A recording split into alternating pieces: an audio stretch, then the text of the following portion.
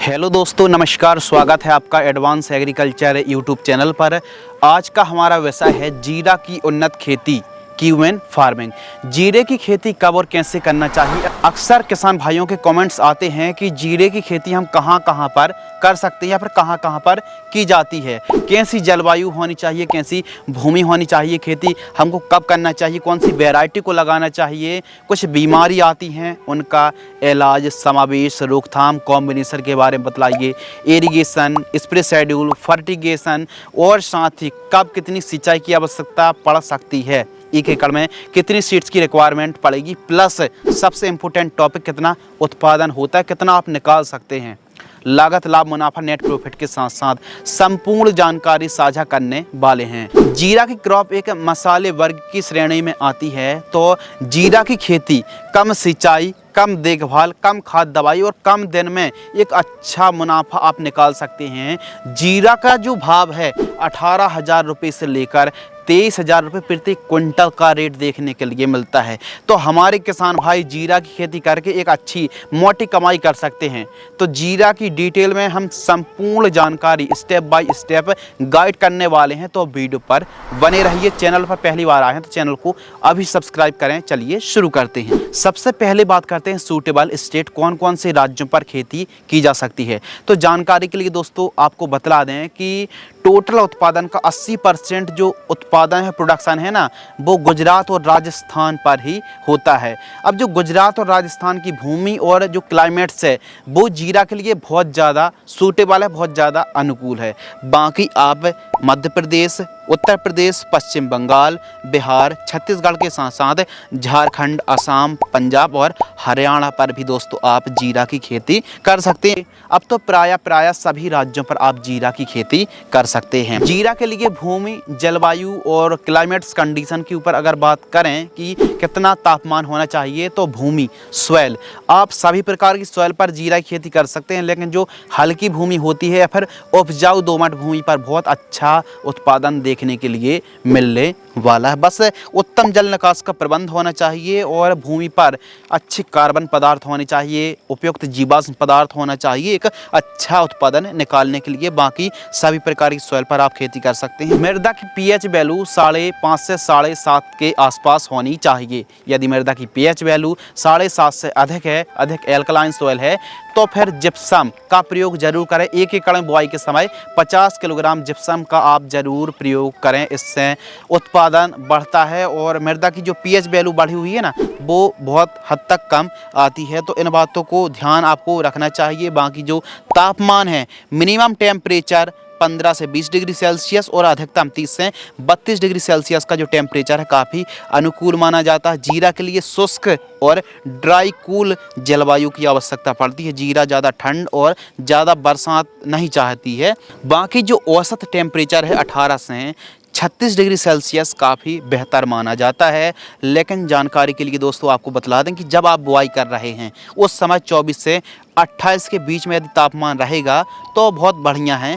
बुआई जो आप कर रहे हैं मध्य अक्टूबर से लेकर मध्य नवंबर तक आप खेती कर सकते हैं, बुआई कर सकते हैं। लेकिन इसकी सही जो बुआई की सही टाइमिंग है 1 नवंबर से लेकर 25 नवंबर के बीच में आपको सोइंग करनी चाहिए। अंगेती यदि आप जीरा की खेती कर रहे हैं तो मध्य अक्टूबर में आप बुआई कर सकते हैं। समतल उपजाऊ भूमि का ही आपको चुनाव और सिलेक्शन करना चाहिए। मिट्टी जितनी ज़्यादा भुरभुरी होगी, इसीलिए कल्टीवेटर और रोटावेटर से मिट्टी को ठीक तरीके से आपको भुरभुरी कराना चाहिए। मिट्टी जितनी ज़्यादा भुरभुरी होगी, बारीक होगी, उतना ही अच्छा आपको अंकुरण और जर्मिनेशन देखने के लिए मिलने वाला है।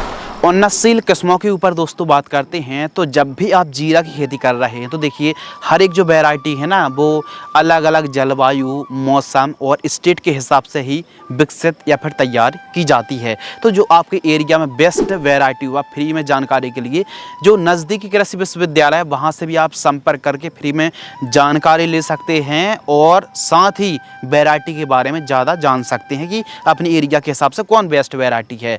बाकी कोई भी आप नई वैरायटी का चुनाव कर रहे हैं, सिलेक्शन कर रहे हैं या फिर जीरा खेती में नए हैं, तो इसके लिए जानकारी के लिए बतला दें कि ज़्यादा आपको घाटा ना हो एकदम मुनाफा हो, तो इसके लिए जीरा की खेती बड़े रकबा में करने से पहले 1 बीघे पर, 2 बीघे पर, आधा एकड़ पर ट्रायल के रूप में जीरा की खेती करके देखिए कैसा उत्पादन हुआ। मार्केटिंग करने में कोई दिक्कत तो नहीं गई।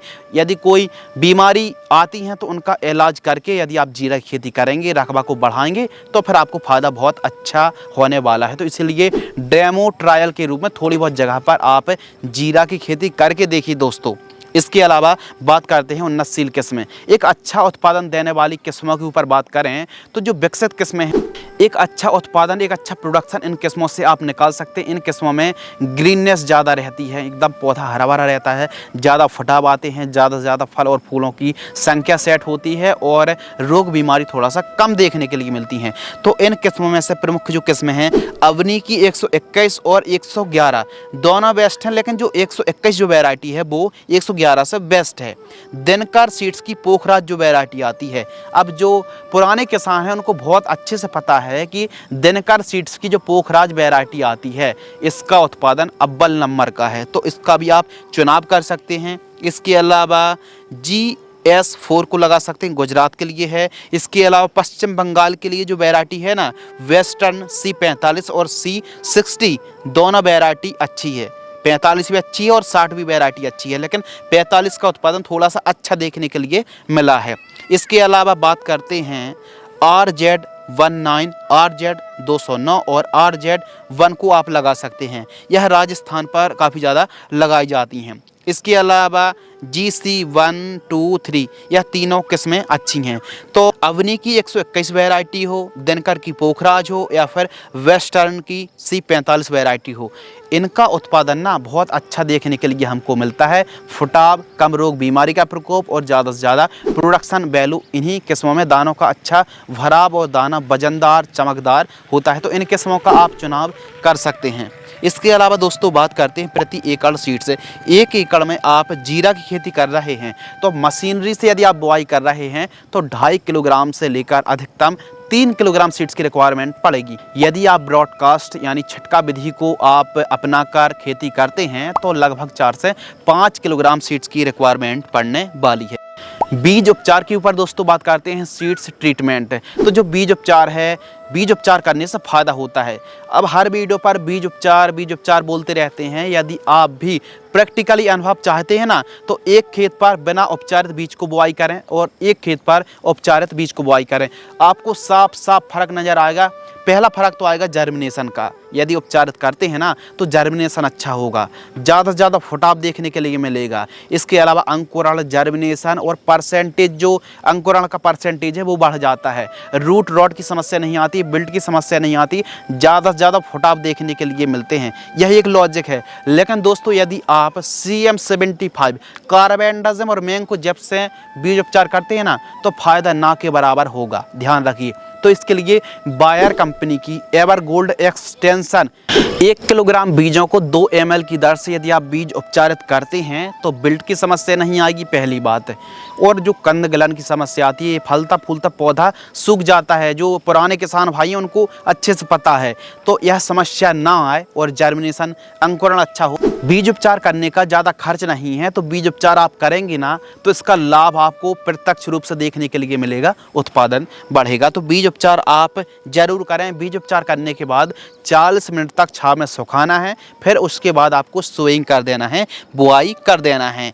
क्यूमेन सोइंग यानी आपको किस प्रकार जीरे की बुआई करनी चाहिए, तो जैसे क्यूमेन मिनी सीडल आता है उससे भी आप बुआई कर सकते हैं, छिटका या फिर ब्रॉडकास्ट विधि से भी आप खेती कर सकते हैं, बुआई कर सकते हैं। तो बुआई का जो सही तरीका है, पंक्तिबद्ध तरीके से यदि आप पंक्तियों में लाइन से लाइन यदि आप बुआई करेंगे तो फिर खाद देने में आसानी होगी, सिंचाई करने में आसानी होगी, खरपतवार निराई गुड़ाई करने में भी आसानी होने वाली है। तो प्रॉपर दोस्तों आप एक काम कर सकते हैं कि पंक्तिबद्ध तरीके से आपको बुआई करनी चाहिए और सीडल मेथड से, जैसे सरसों की हम बुआई करते हैं, जैसे अब मिनी सीडल आ चुके हैं तो बुआई करने में, जैसे सरसों की बुआई करने पहले प्रॉब्लम क्रिएट्स होती है, उसी प्रकार आप जीरा की बुआई कर सकते हैं लाइन टू लाइन। तो जब भी आप बुआई कर रहे हैं तो इसमें सबसे ज़्यादा ज़रूरी जो महत्वपूर्ण विषय है ना वो है गहराई। यदि आप जीरा की 2.5 सेंटीमीटर से ज़्यादा गहराई पर बुआई कर देंगे तो अंकुरण हो सकता है 50% ही हो। तो इसीलिए 2.5 सेंटीमीटर से ज़्यादा गहराई पर पहली बात तो आपको बुआई नहीं करनी है। लाइन से लाइन की दूरी आपको 22 सेंटीमीटर रखनी है और पौधे से पौधे की दूरी यानी सीड्स से सीड्स की दूरी 3 से 4 सेंटीमीटर रखनी चाहिए। इस तरीके से आप बुआई करेंगे तो बहुत अच्छे से फसल बढ़वार लेने वाली है। जीरे की फसल पर इरिगेशन यानी सिंचाई तो मध्यम से थोड़ा कम सिंचाई की आवश्यकता इस फसल के लिए पड़ती है, लेकिन हल्की हल्की आप सिंचाई करेंगे क्योंकि वैसे भी कम सिंचाई की आवश्यकता पड़ती है। यदि हल्की हल्की सिंचाई करेंगे ना तो बहुत अच्छा आपको लाभ मिलने वाला है। देखिए दोस्तों, जीरे की फसल पर पहली सिंचाई तो बुआई के तुरंत बाद करनी है और जर्मिनेशन अंकुरण अच्छे से हो जाए तो इसके लिए आप चाहें तो 7-8 दिन बाद दूसरी सिंचाई कर सकते हैं। और तीसरी जो सिंचाई है लगभग हमारी फसल फ्लावरिंग फ्रूटिंग स्टेज पर होती है, तब हमको तीसरी सिंचाई करनी चाहिए। आप चाहें तो पलेवा करके भी यदि आप बुआई करेंगे तो फिर जर्मिनेशन का परसेंटेज और भी ज़्यादा बढ़ने वाला है। तो पलेवा करके भी आप, जैसे आप सोयाबीन की खेती करते हैं ना पलेवा करके, उस प्रकार आप जीरा की खेती भी पलेवा करके कर सकते हैं। अब यह जो फसल है ज़्यादा ठंड पर, इस फसल पर कोहरा गिर जाता है यानी ज़्यादा ठंड लग जाती है, ज़्यादा बर्फ़ गिरने से भी समस्या क्रिएट हो जाती है। तो इसके लिए आप एक काम कर सकते हैं, जीरा की खेती कर रहे हैं और ज़्यादा ओस गिर रही है, ज़्यादा बर्फ़ पड़ रही है, तो इसके लिए खेत की चारों साइड आप धुआं कर सकते हैं, प्रॉपर सिंचाई करेंगे। और यदि थोड़ा सा ठंड फसल को ज़्यादा लग जाती है तो रैपिग्रो का भी स्प्रे कर सकते हैं। आइसाग्रो की रैपिग्रो आती है, 15 लीटर पानी में 30 ml रैपिग्रो और 30 ग्राम बोरॉन का स्प्रे करेंगे तो बेहतर आपको रिजल्ट देखने के लिए मिलेंगे। ठंड के दिनों पर थोड़ा सा सिंचाई में ध्यान देंगे तो फिर बर्फ़ जो ठंड फसल को लग सकती थी उससे काफ़ी अच्छा प्रोटेक्शन होने वाला है। तो इन बातों को आपको ध्यान रखना चाहिए। उन इलाकों पर जीरा खेती नहीं करनी चाहिए जहाँ पर बहुत ज़्यादा से भी ज़्यादा ठंड पड़ती है। यदि बहुत ज़्यादा बर्फ़ गिरती है तो फिर वहाँ पर आप जीरा की खेती ना ही करें, ध्यान रखिए। और यदि कर रहे हैं तो प्रॉपर सावधानी बरतनी आपको पड़ सकती है। तो इस बात का आपको ध्यान बहुत ज़्यादा रखना चाहिए, इस हिसाब से सिंचाई करनी चाहिए। बेसल डोज के ऊपर दोस्तों बात करते हैं प्राइमरी न्यूट्रिएंट।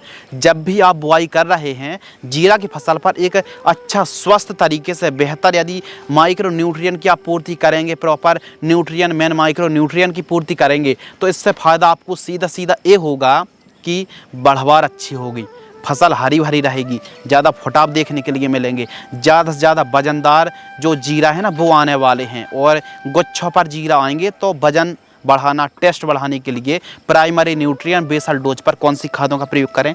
2 ट्रॉली गोबर की खाद, इसके अलावा NPK 12-32-16 50 किलोग्राम, सरसों की खली जरूर प्रयोग करें 5 क्विंटल। इन सभी को मिक्स करके बुआई के समय आपको प्रयोग करना चाहिए। सेकंड बात, यदि आप चाहें तो इस कॉम्बिनेशन की बजाय गोबर की खाद 1 trolley, DAP 25 kilo, MOP 10 kilo, urea 5 kilo, इसका भी प्रयोग कर सकते। इसके बजाय NPK 12-32-16 वाला जो कॉम्बिनेशन था ना वो ज़्यादा बेस्ट था, उसमें उत्पादन अच्छा हमने निकाला है। इसके अलावा इन सभी खादों को जो कि कॉम्बिनेशन आपने देखा है NPK 12-32-16 वाला, बुआई के समय आपको प्रयोग करना चाहिए 1 एकड़ में। जानकारी पर एकड़ की दर से साझा कर रहे हैं। 1 एकड़ में 43,560 स्क्वायर फीट होते हैं। तो बेसल डोज पर इन खादों की पूर्ति करेंगे तो जो लाभ है ना वो बहुत अच्छे आपको देखने के लिए मिलने वाले हैं। खरपतवार की रोकथाम के ऊपर दोस्तों बात करते हैं तो जीरा की फसल पर वैसे तो खरपतवार नाशक का स्प्रे किया जा सकता है। फसल भूमि बंजर ना हो तो इसके लिए निराई गुड़ाई या फिर कुल्पा की मदद से, मजदूर की मदद से निराई गुड़ाई करनी चाहिए। तो निराई गुड़ाई करेंगे, टॉप ड्रेसिंग करेंगे, मिट्टी को चढ़ाएंगे तो फ़ायदा आपको अच्छा होगा। पहले निराई गुड़ाई करें, थोड़ा सा खरपतवार को बाहर करें, 1 दिन की धूप लगाएं, खाद दें और सिंचाई करें, बेहतर और अव्वल नंबर के आपको रिजल्ट देखने के लिए मिलने वाले हैं। जीरा की फसल पर स्प्रे शेड्यूल, जीरा की फसल पर देखिए यदि आप सीजन पर खेती करते हैं तो हो सकता है बीमारी ना के बराबर देखने के लिए मिले, लेकिन कुछ तो ऐसी समस्या हैं जो जीरा की फसल पर एक रेयर और आने वाली बीमारी में से एक है और हमारी जीरा की फसल को काफ़ी ज़्यादा नुकसान भी यह बीमारी पहुंचाती हैं। तो कौन सी डिजीज़ बीमारी हैं? प्रमुख रूप से क्यूमन ब्लाइट है, विल्ट है, पाउडरी मिल्ड्यू, एफिड, जैरसिड की समस्या देखने के लिए मिलती है।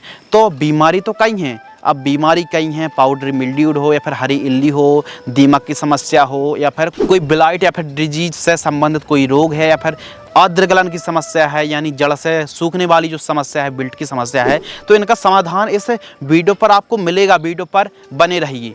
तो हम बात कर रहे थे कि जो बीमारियां आती हैं उनका स्प्रे कैसे आप कर सकते हैं, क्या स्प्रे आपको करना है, अच्छा रिजल्ट आपको मिले। जीरे की फसल पर सभी प्रकार की रोग बीमारी को कंट्रोल करने के लिए जो स्प्रे शेड्यूल है, first spray, second spray, third spray, यह जो हम स्प्रे शेड्यूल बतलाएंगे ना दोस्तों, वो 15 लीटर की दर से बतलाने वाले हैं। सिलिकॉन चिप को स्प्रेडर स्टिकर मिलाकर स्प्रे आपको करना है, पहली बात है। दूसरी बात, एक अच्छे से आपकी फसल बढ़वार ले रही हो, भूमि उपजाऊ है और ज़्यादा रोग बीमारी का प्रकोप ना हो तो स्प्रे को कम भी कर सकते हैं। इस वीडियो के माध्यम से 4 स्प्रे बतलाएंगे, लेकिन रोग बीमारी का प्रकोप कम है, बहुत ज़्यादा कम है, तो स्प्रे जरूर नहीं कि आप कीटनाशक स्प्रे करे जा रहे हैं, बल्कि लॉजिक लगाकर, विवेक लगा करके फसल का ऑब्जर्वेशन करें, देखभाल करें। यदि कीटों का प्रकोप है तभी आपको कीटनाशक स्प्रे लेना चाहिए। फर्स्ट स्प्रे 18 से 20 दिन के आसपास की फसल होती है तो मोनोक्रोटोफॉस आपको लेना है 25 ml, यूपीएल की सब फंगिसाइड 30 ग्राम 15 लीटर पानी में घोल करके स्प्रे करना चाहिए। सेकंड स्प्रे 25 से 30 दिन की फसल होती है तो रोको फंगिसाइड 40 ग्राम, इमीडाक्लोप्रिड 5 ml जो कॉन्फिडोर सुपर आती है 5 ml 15 लीटर की दर से स्प्रे करें। तीसरा स्प्रे 45 से 50 दिन के आसपास की फसल होती है तो गोदरेज की डबल 10 ml, और स्वाधीन फंगिसाइड आपको लेना है 35 से 40 ग्राम, पीआई की कीफान 25 ml 15 लीटर पानी में घोल करके आपको स्प्रे करना चाहिए। तो ये थे 3 स्प्रे, लेकिन जीरा की फसल पर रोग बीमारी का प्रकोप लग रहा है कि हमारी फसल 60-65 दिन के आसपास की है तो फोर्थ स्प्रे को भी आप अप्लाई कॉम्बिनेशन का छिड़काव कर सकते हैं। बायर कंपनी की नेटिव 10 ग्राम, घरड़ा कंपनी की प्लस 8 ग्राम 15 लीटर की दर से आपको स्प्रे करना चाहिए। देखिए दोस्तों, इस वीडियो के माध्यम से भले हमने 4 स्प्रे के बारे में बतलाया हो, लेकिन आपको बतला दें कि रोग बीमारी का प्रकोप कम है तो 2 स्प्रे पर भी आप जीरा की फसल से सक्सेसफुल उत्पादन निकाल सकते हैं। तो लॉजिक, विवेक, फसल का ऑब्जर्वेशन करते हुए ही स्प्रे आपको लेना चाहिए। यदि लग रहा है कीट कंट्रोल नहीं हो रहे हैं तो ऑप्शन आपके साथ हैं, आपके पास हैं, आप 4 स्प्रे को भी फॉलो कर सकते हैं आवश्यकता अनुसार देखभाल करते हुए। तो इस हिसाब से स्प्रे शेड्यूल चलाना चाहिए। बीच बीच में चाहें तो स्टिकी ट्रैप भी आप लगा सकते हैं, नीला पीला स्टिकी ट्रैप लगाना चाहिए। देखिए दोस्तों, हमने बात करी थी कि फलता फूलता पौधा सूख जाता है, बिल्ट की समस्या आती है और जो बैक्टीरिया होते हैं तो उनको कंट्रोल करने के लिए आप ट्राइकोडर्मा, सीधी सी बात, 200 लीटर पानी लीजिए, 3 किलोग्राम गन्ने का गुड़ यानी जैगरी 3 किलोग्राम लेना है, और ट्राइकोडर्मा चाहे लिक्विड वाला हो या फिर पाउडर फॉर्म वाला हो, इसको आपको लेना है। ट्राइकोडर्मा को 500 ग्राम 200 लीटर पानी में घोल लेना है, 6-7 दिन के लिए रख लीजिए। उसके बाद सिंचाई के साथ 200 लीटर घोल को 1 एकड़ में प्रयोग कर लीजिए। इससे फ़ायदा ये होगा कि सूखने की समस्या ना के बराबर, बढ़वार बहुत अच्छी, फसल की स्वस्थ बढ़वार के साथ साथ जड़ों का अच्छा विकास होगा। तो ट्राइकोडर्मा को गन्ने के गुड़ के साथ मिक्स करके 6-7 दिन के लिए रखिए और सिंचाई के साथ प्रयोग करिए। कब? फसल में 2 बार, पहला 30 से 40 दिन की फसल होती है, सेकंड 60 से 65 दिन की फसल होती है। तो ट्राइकोडर्मा प्रयोग करने से फ़ायदा आपका ही होने वाला है। इसके अलावा बात करते हैं खाद का शेड्यूल।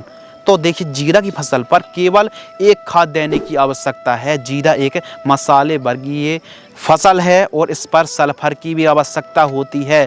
तो देखिए, यदि आप पहली खाद पर सल्फर की पूर्ति करेंगे ना तो बहुत अच्छे लाभ मिलेंगे। तो फर्स्ट जो कॉम्बिनेशन, और केवल जीरा की फसल पर एक कॉम्बिनेशन की आवश्यकता है। जब हमारी जीरा की फसल बुआई से 30 से 35 दिन की फसल होती है तो यूरिया लेना है 15 किलोग्राम, सल्फर 90% WDG फॉर्म वाली आती है उसको लेना है 3 किलोग्राम। इन दोनों को मिक्स करना है।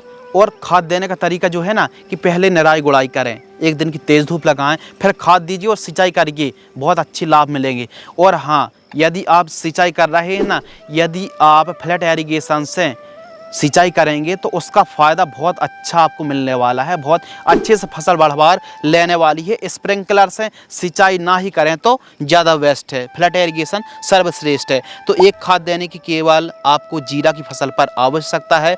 अब बात करते हैं लाइफ साइकिल। यदि आप जीरा की खेती करते हैं तो लगभग 3-3.5 महीने के आसपास का समय लगता है। 100 से 120 दिन का अधिकतम समय लग सकता है, यानी 4 महीने पूरी फसल तैयार हो जाती है, ठीक तरीके से तैयार हो जाती है। बात करते हैं दोस्तों उत्पादन, तो 4 क्विंटल से लेकर 6 क्विंटल तक आप उत्पादन निकाल सकते हैं। अब हल्की भूमि है, कम उपजाऊ भूमि है तो आप 4 क्विंटल उत्पादन निकाल पाएंगे, इससे भी बढ़ सकता है। लेकिन उपजाऊ भूमि है, थोड़ा सा अच्छी केयर करेंगे, देखभाल करेंगे, इरिगेशन फर्टिगेशन केयर करेंगे, देखभाल करेंगे तो 1 एकड़ से 6 से 7 क्विंटल आप उत्पादन निकाल सकते हैं 1 एकड़ जीरा की फसल से। अब जो उत्पादन है ना दोस्तों, वो काफ़ी ज़्यादा भूमि पर, वैरायटी पर, देखभाल पर, फर्टिगेशन पर ही निर्भर रहता है, तो उत्पादन कम ज़्यादा हो सकता है, नो डाउट्स। बाजार भाव मार्केटिंग रेट के ऊपर दोस्तों बात करते हैं तो जीरा की यदि आप खेती करते हैं तो आपको रेट जो मिलेगा 18,000 रुपये प्रति क्विंटल से लेकर 23,000 रुपये प्रति क्विंटल तक का रेट देखने के लिए मिल सकता है।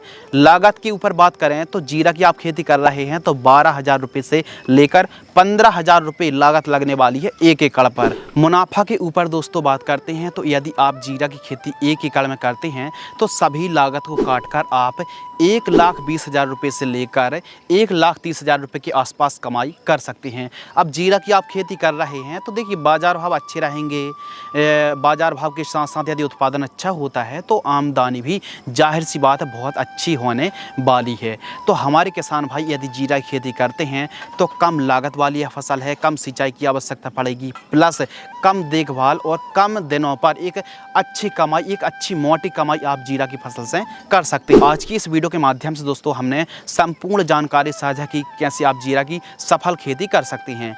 यदि दोस्तों आपके आसपास में जीरा की जो वैरायटी है वो उपलब्ध नहीं है या फिर जो कोई खाद दवाई हैं जो उपलब्ध नहीं हैं तो हम अमेज़ॉन की लिंक डिस्क्रिप्शन में दे देंगे, तो आप वहां से कीमत या फिर ख़रीद भी सकते, बाय कर सकते हैं। तो आप जानकारी चाहते हैं कि आपके आसपास पर जो वैरायटी हैं वो नहीं मिल पा रही, कुछ खाद दवाई नहीं मिल पा रही हैं तो बेशक आप अमेज़ॉन से भी खरीद सकते हैं, लिंक डिस्क्रिप्शन में मिल जाएगी। तो आज की इस वीडियो के माध्यम से हमने जीरा की उन्नत सफल वैज्ञानिक खेती की A to Z संपूर्ण जानकारी साझा की। यदि आपको यह वीडियो पसंद आती है वीडियो को लाइक करें। धन्यवाद।